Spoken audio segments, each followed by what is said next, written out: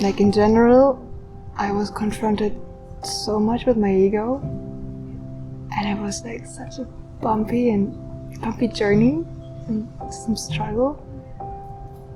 But at some point, it's like you really get to the point like, okay, it's not about me. I'm here to serve, to be available for others.